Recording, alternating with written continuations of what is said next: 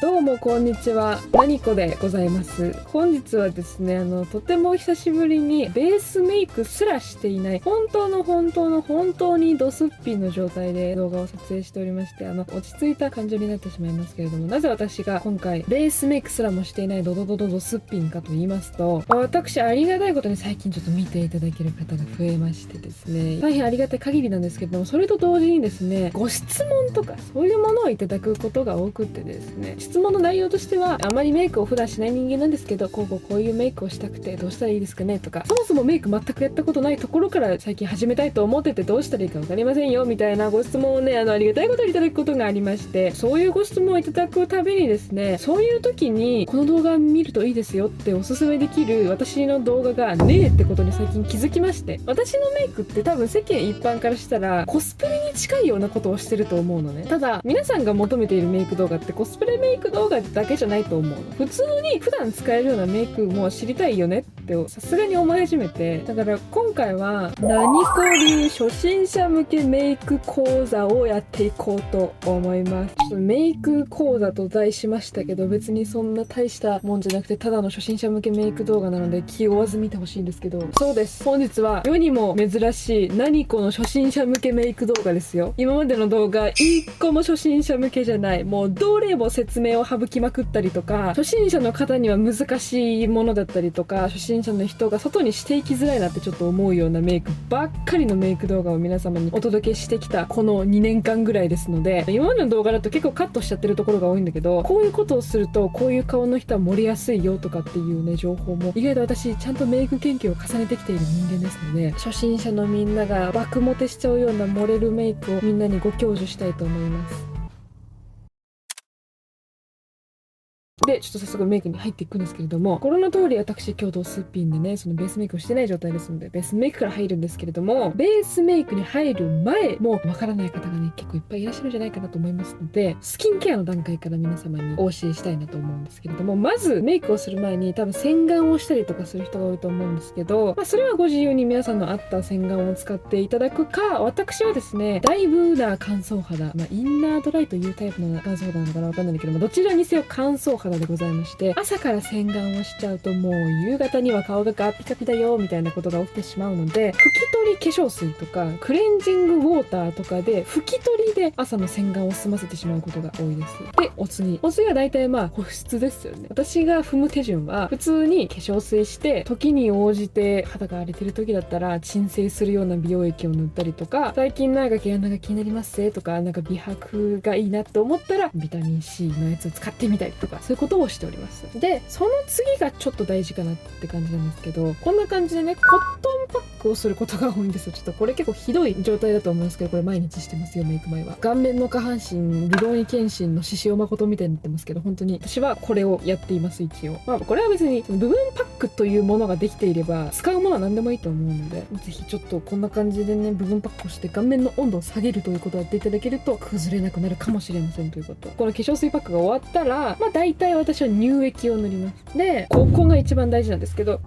分から3分ぐらいはその後すぐに下地を塗り始めたりファンデーションを塗り始めたりとかはせずに、肌に馴染ませる時間を作ります。だからその間に私は歯磨きをしたりとか着替えたりとかをして、肌にちょうど馴染んできましたねって思ったら、もう一度こいつの登場なんですね。またクレンジングウォーターなんですけれども、なぜこれをもう一度取り出したかっていうと、これは有名な話なんですけど、肌に余分な保湿するものが残っていると崩れやすい原因になるから、ティッシュとかでこうやって押さえておきましょうみたいのがあるじゃないですか。これの進化版、もう拭き取ちゃうっていうのがありまして、私これをし始めてからマジでメイク崩れ汚くならなくなったので、この時に使うクレンジングウォーターとか拭き取り化粧水はなるべく保湿力も何もクソもないみたいなクレンジングウォーターとか拭き取り化粧水を使うとマジでいいです。本当に汚く崩れなくなった。で、早速ベースメイクに入りましょうかね。まず一番最初にやっていくことは、毛穴が気になる方はここで毛穴を埋める作業をしましょうということ。私が使っていくのはパシオのポアスムースプライマー00番クリアホワイトでございます。これも何の色もつかない毛穴を埋めるためだけのプライマーでございます。これね結構いい、乾燥しないし、なんかいい匂いする。なんかどこぞのハンドクリームみたいないい匂いするからおすすめ。これ毛穴まあまあ埋まるし、いい匂いなのでおすすめ。あ、そう、この動画言っておかないといけないね。ステマとかじゃないからね。この動画に案件とか PR とかステルスマーケティングは一つも含まれていませんから、私にそんな案件は来ません。残念でした。じゃあ適当に塗っていくんですけど、毛穴を埋めたいところに塗っていくので、私は鼻と頬の内側ね、ここに塗っていきます。くるくるくるくる毛穴を埋めながら塗っていくことが大事。鼻もくるくるして塗っていく。こんな感じで気になる部分にプライマーを塗れましたら、お次は化粧下地でございます。私が使っているのは乾燥酸保湿力スキンケア下地でございます。これがほんと真っ透明ってわかんないけど、ほんと何も色つかないやつでございます。ただですね、ほんと肌悩みに合わせて、例えば皮脂崩れをしてしまいますよっていう人は、その毛穴パテ職人テカリ防止下地っていう、こうなんかカチャカチャカチャカチャってなるタイプの、こういうサラッサラになるタイプの化粧下地、例えばセザンヌの皮脂テカリ防止下地とか、そういう感じのやつを使ったりするのもいいと思うし、まあ私みたいな乾燥肌の人はこれでもいいと思うし、下地の段階で肌を補正するという考えね、マジでこれ結局大事じゃねと最近若干気づき始めてるんですけど、赤みが多い人はグリーンとかイエロー系の化粧下地を使ったりとか、肌に透明感が欲しい、くすみがちょっと気になるっていう人はラベンダー系ブルー系の下地を使うとか、肌悩みに合わせて色のついた化粧下地を使うのもマジでめちゃくちゃありだと思います。私はとりあえず肌悩みはこの後の段階で消していくので、透明な化粧下地を使っていきます。でこんな感じで下地が全体的に塗れましたら、さっきね下地の段階で肌を補正するのもいいと思うけど、私はこの後の段階で補正するのでって言ったと思うんだけど、そう、私はね下地で隠れるような肌荒れじゃない、肌悩みじゃないので、私はこういうカラーコントロール系のコンシーラーを使って肌の補正をしていきます。こいつはビセカラービオトリックコンシーラーの07番イエロートリックでございます。なぜ私がイエロートリックという品番を選んだかって言いますと、私の肌悩みが頬とか顎あたりにある肌の赤みとクマの暗い感じ、これが気になりますよという肌悩みなので、上のイエローカラーで肌の赤みを消しますと、クマを隠すためのオレンジ系のコンシーラーでございます。もうクマを隠すにはオレンジのコンシーラーっていうのがこう鉄板ですので、とりあえずやっていきますか。でこういうねパレットになってるポット系っていうのかな、こういうコンシーラーは取ってすぐ塗るんじゃなくて、若干指とかで温めて固まってしまってるコンシーラーを若干溶かしてあげてから塗るのが大事。私はほっぺの部分と顎の部分とおでこのここで、あとはクマの部分にオレンジのコンシーラーを塗ると。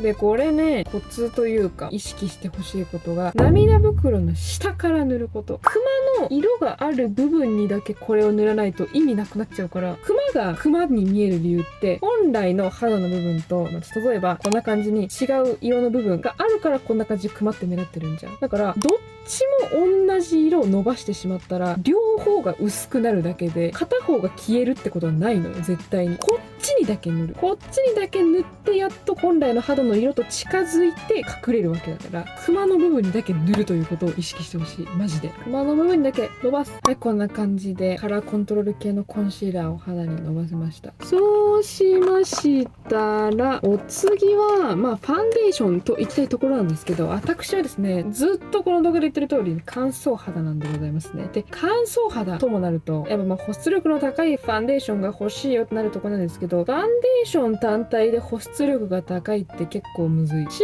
その上私はカバー力も欲しいなと思うタイプなので、そうなってくるともっとむずいわけですよ。なのでファンデーションではなくて私が使っていくのがミシャパーフェクトカバー BB クリームでございます。多分ね初心者さんにもいいと思う。 BB クリームって扱いやすいなってすごく思うというか、どこの BB クリームを使っても多分使用感ってそんな変わんないんですね。特にこれはねカバー力高いやつ、なんかパーフェクトカバー BB クリームと言っているぐらいですから、結構カバー力がね BB クリームにしては高いんですよ。なのですごくおすすめ。あと私なんか綺麗なベースメイクの作り方みたいなこういうショート動画を上げたことがあるんですけど、この時はファンデデーションと BB クリームを混ぜてたんですけど、そういうのもすごくいいと思う。なんか最近韓国のメイクさんとかでも結構そうやっている方が多いらしくて、そういうのでもいいと思います。ただ私はね、あれをやっちゃうと結構乾燥が気になったので、一旦まずは BB クリームでカバーできるところまでカバーしていっちゃいます。で、この塗り方は私はなるべくちょっと中指立てちゃってるのほどごめんなさいって感じなんだけど、手のひらに広めに伸ばして面で取れるようにする。こう点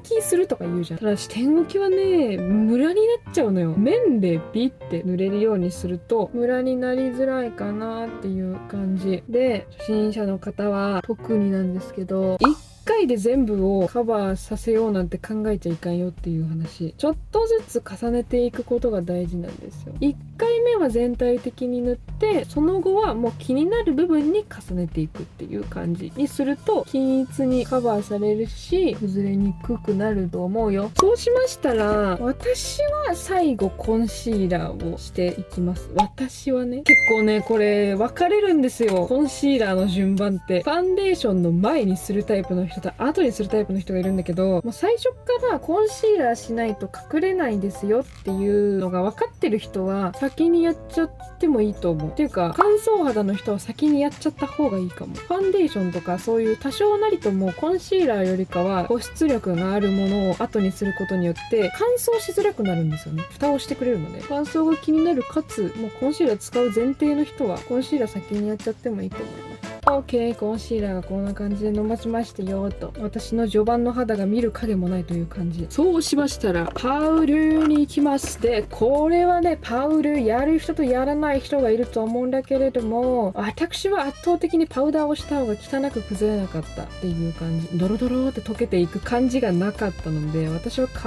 ずパウダーをします。私が使っているのがシフレルースパウダー N ですね。これはもうただのパウダー、もうラメとかも入ってない保湿力高めのパウダーですね。でこの時保湿力よりも皮脂とかが気になるようであれば、皮脂が抑えられるようなパウダーを使った方がいいと思います。これはキャンメイクのオイルブロックミネラルパウダーっていうね、こうサラッサラになる、こうパキパキになっちゃうよみたいな感じのパウダーがあるんですけど、こういうのを使うといいと思います。で、コツ、ルースパウダーとかって大体こういうね、ポツポツポツってなってて、それをパフに取ったら、パフにこういうポツポツポツってなると思うんだけど、このままこれをポンってすると、このままついちゃうからムラになるんですよね。だからポツポツになってなきゃいいだろうっていう考えで、そのままパフを入れたままこうくるくるするの。くるくるすると均一ではないもののポツポツで取ることはなくなるんですよ。だから一応これにしてます。やらんよりかはいいのでこれをやっています。もう本当にポンポンしていくだけ。はい、こんな感じで全体的にパウダーが塗れました。顔のベタつきもなくなって、全体的にカバーもちょっとされたかなという感じでございます。で、